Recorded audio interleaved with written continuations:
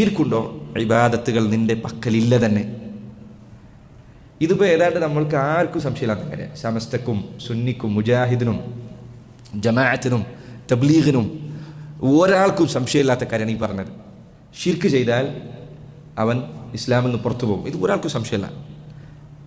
അതുകൊണ്ട് ഇത് കേൾക്കുന്ന എൻ്റെ സഹോദരങ്ങളും സംസ്ഥയിലും എല്ലാത്തിലുള്ള ആൾക്കാരോട് എനിക്ക് പറയാനുള്ളത്, കാര്യം ഇത്ര ഗൗരവമുള്ളതാണെങ്കിൽ അത് എൻ്റെ അടുത്ത് സംഭവിച്ചിട്ടുണ്ടോ എന്ന് പരിശോധിക്കുന്നത് കൊണ്ട് നിനക്ക് പ്രത്യേകിച്ച് ഉപദ്രവമൊന്നുമില്ലല്ലോ. നീ ഒന്ന് പരിശോധിച്ചേക്ക്. അത് മുജാഹിദ് അങ്ങനെ പറയും, മറ്റോൻ ഇങ്ങനെ പറയും, സെൽഫി ഇങ്ങനെ പറയും, ഇവരിങ്ങനെ പറയും, ആയിക്കോട്ടെ, പ്രശ്നമില്ല. പക്ഷെ ഒന്ന് പരിശോധിച്ചേക്ക്. ഖുർആനിൽ നീ ഒന്ന് വായിച്ചു നോക്കുന്നുണ്ട് ഈ ചെയ്യുന്ന പ്രവർത്തികൾക്ക് എന്തെങ്കിലും ഒരു തെളിവ് ഖുർആനിൽ എവിടെയെങ്കിലും ഉണ്ടോ? നീ ഒന്ന് ഉറപ്പുവരുത്തിയേക്ക്.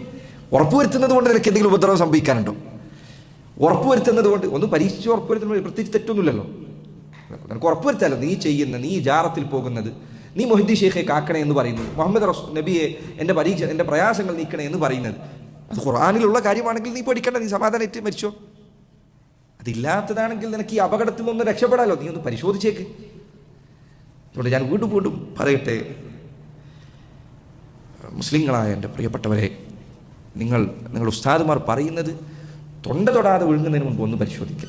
ഒന്ന് പരിശോധിച്ച് നോക്കുക. ഖുർആനിലൊന്ന് പരിശോധിച്ച് നോക്കുക, ഹദീസിലൊന്ന് പരിശോധിച്ച് നോക്കുക.